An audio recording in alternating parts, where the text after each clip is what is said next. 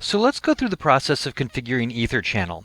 Now, when you configure EtherChannel, what you're doing is you're taking multiple links and you're binding them together into one logical link. So you'll see here between each of our switches, we have two links between each one of these switches.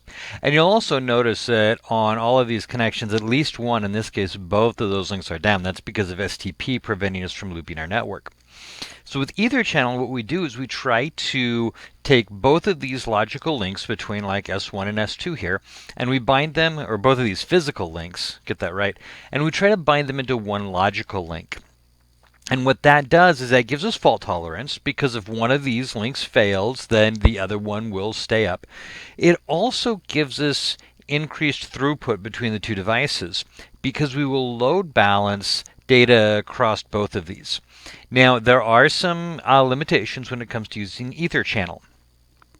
EtherChannel, all ports have to be configured the same way in order for them to work. So I can't have, one be a fast Ethernet and the other one be a gigabit Ethernet, or I can't have this one be a trunk port and this one be a access port. So they have to be configured identically in order for them to function.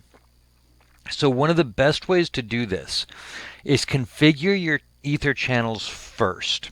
And then, like say we want to make these a trunk line, and then what we can do once we get the Ether channel configured is we go into the channel group and we configure it there. Now you'll see we've got some documentation here. So for each one of these links, like this link right here between S1 and S3, it shows you the ports that we're using, what channel number we're using, and then what protocol. Now you can configure this using the PAgP protocol, the port aggregation protocol, which is Cisco proprietary and pretty much only works with Cisco devices, or the LACP, the Link Aggregation Control Protocol, if I remember correctly. That is an IEEE standard, and as an IEEE protocol, it's a standard protocol, and pretty much any switch that supports link aggregation will use LACP. EtherChannel is just Cisco's name for the terminology. You'll find it using different terminology in different vendors. So for Microsoft, it's called NIC teaming instead of EtherChannel, but it does the same thing. In fact, it'll use LACP as well. We can also configure it manually, and so we're going to configure each one of these port channels completely separately. So let's start out with S1, and we'll start out with this manual configuration. So I'm going to go to S1, and this is a switch that I've done nothing on, so no configurations whatsoever. And like we suggested earlier with best practices, we're going to start with our channel groups. So I'm going to go to, privileged exec mode first, and then config T. All right, from global config mode, I'm going to want to configure both. So on my S1 side, it's F1 and F2. So I'm going to go to interface range F0, 1 through 2.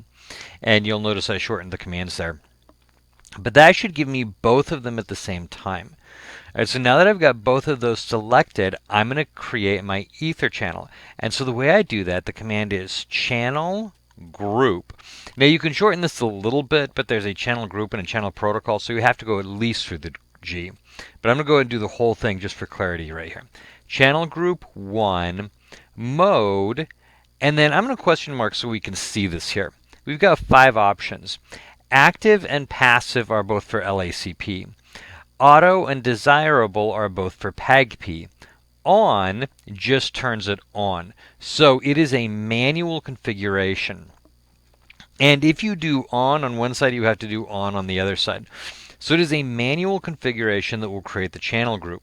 You'll notice when I do that, both of these links go red, then they go orange as they're going through this whole thing again. Now, this created a interface for us called port channel 1. Now, I want this to be a trunk port. So rather than configuring the interfaces here, I'm going to go to interface port channel 1. And there I'm going to do switch port mode trunk. And that will make it a trunk port. Okay, now I've only done this on one side. I have to do this on both sides in order to make this work. So I'm going to go ahead and skip this other connection over here right now, and we'll do these one at a time. So I'm going to go to S2, and let's give ourselves a little more room here. And from S2, we're going to do the same thing. So en config T, interface range F0, 1 through 2. And for this one, same thing we did before. So it's channel group 1 mode on. And that's going to activate it for us.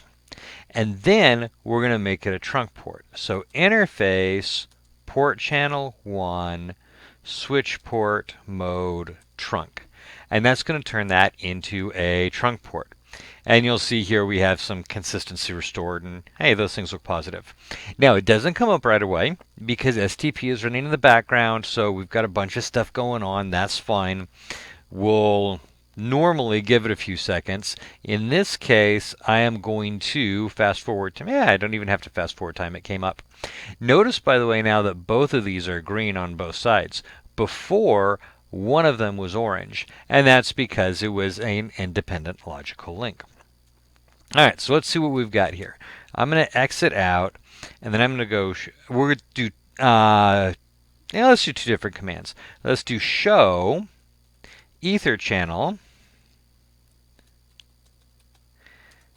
summary, and this is going to show us the summary of our EtherChannel configuration. So this first part here, this is what all the codes mean. We've got one channel group in use. We've got one aggregator, and it's channel group 1. So this is the interface, PO1, and then here are our first two codes, SU.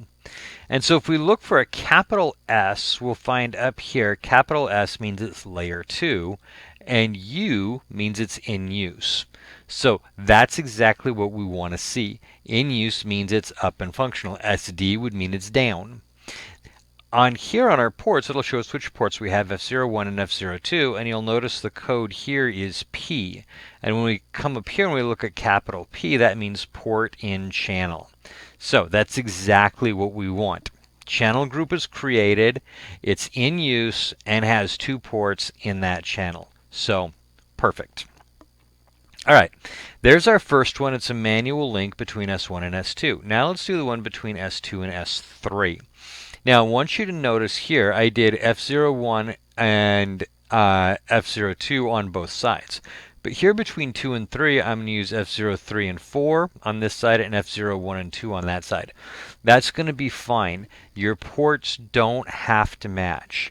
You need the same number, obviously, but they don't have to match. All right, so this one, let's configure using PAgP, or the Port Aggregation Protocol. So, privileges mode are already there, config T, and then interface range F0, 3 through 4. So, we want to go channel, with an L, group, and this is going to be channel group 3, and I'm just replicating my documentation here to make my life easier. Channel group 3, mode, and this time I want us to look at these two. We've got auto and desirable, and these are both for PAgP. So the LACP ones are separated because Cisco, the iOS, lists it alphabetically. Auto and desirable are for PAgP. Now, the difference between the two. Desirable says make this a trunk. The definition here is enable PAgP unconditionally, which is kind of a little bit misleading. But it says this one is going to try to say, hey, make these a trunk.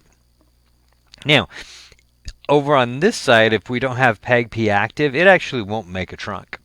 So what we'll do is we have to set at least one side to desirable, and the other side can be either auto or desirable. So desirable says, hey, I want to be a trunk. Auto says, all right, I'll be a trunk if you want to be a trunk. Notice, though, that if you use on, it enables EtherChannel, but it does enable one of the protocols. So if I do desirable on this side and on this side, I won't get a trunk line. Not a trunk line. Sorry, I won't get an EtherChannel. There we go. Right terminology. So PAgP says make this a channel. Desirable says make this a channel. Auto says I'll be a channel if you want to be a channel. So now that we've got the right terminology in place.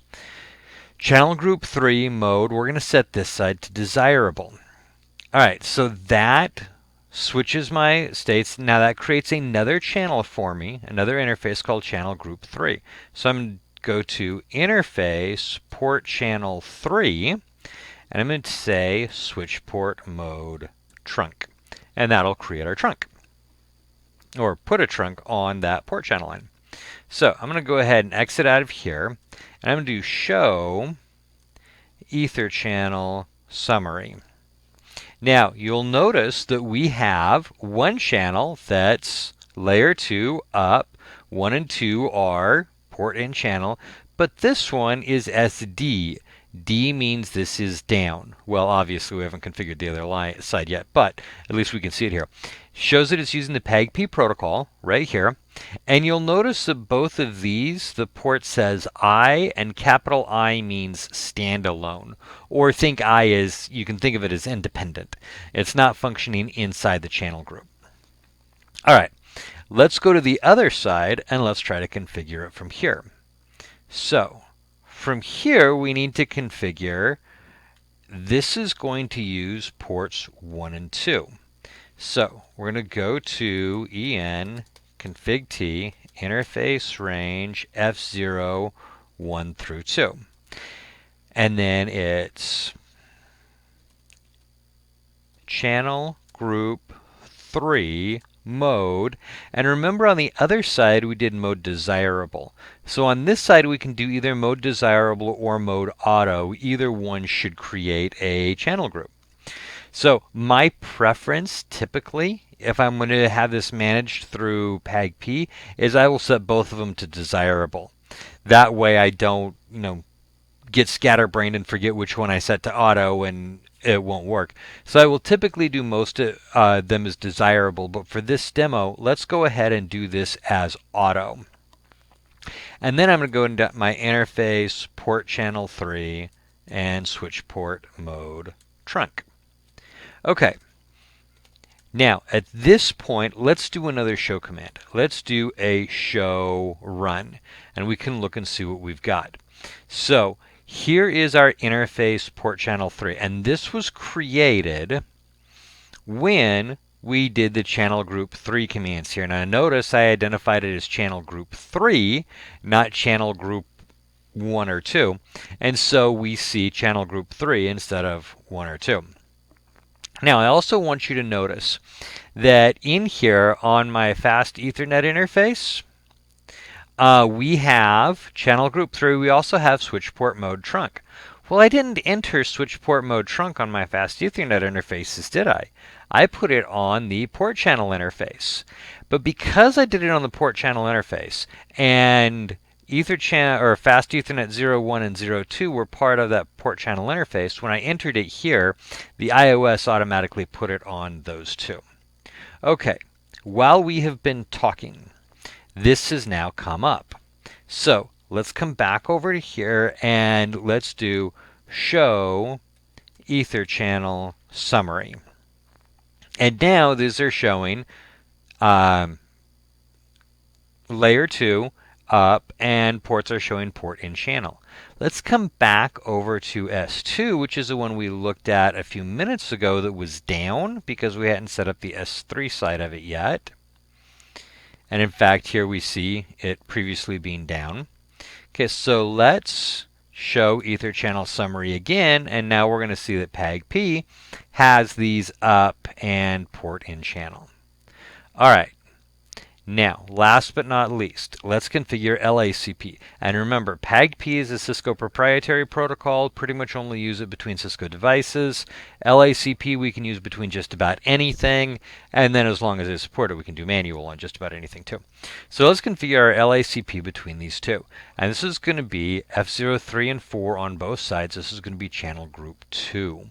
So I'm going to open up my switch over here. And we'll go to interface range F0 3 through 4. There we go. That looks better. All right. Let's create our channel group.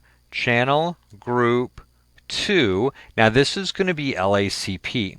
So for LACP, remember we use auto and desirable for PAgP. For LACP, it's active and passive. And I have to set at least one of these as active. So just for the fun of it, I'm going to do this side as passive. And then I'm going to go into Interface, Port Channel 2, and I'm going to make it a trunk. All right, I'm going to exit out. I'm going to do Show EtherChannel Summary.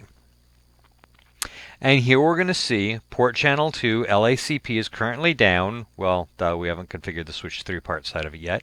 Port channel 1 is still up with ports in channel.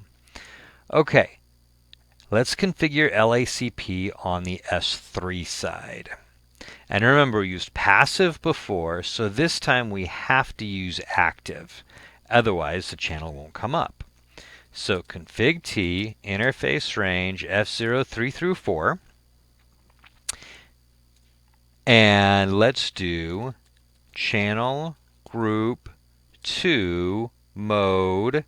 And since we did passive before, we'll do active this time. And then interface port channel 2 switch port mode trunk. And out, let's do a show running config to see what we've got. So now we have 2 channels. Scroll down here a little bit. We've got 2 channels, channel 2, channel 3, both of them are trunk lines. F01 and F02 are in channel group 3. F03, F04 are in channel group 2. These are mode auto. That tells us it's PAgP, not initiating, but receiving a configuration request. And these are LACP. Mode active means LACP is actively requesting a channel group. So that shows us our current configuration. So now all we do, Control-C breaks us out of that little running config. Now all we're doing is we're waiting for this to finish coming up. And we can fast forward time here a little bit if we want to. And there we go. Fast forward time comes up. Let's go back to our switch. And let's do a show EtherChannel summary. And now we're going to see 2 different channel groups. Port channel 2 is using LACP. It's up.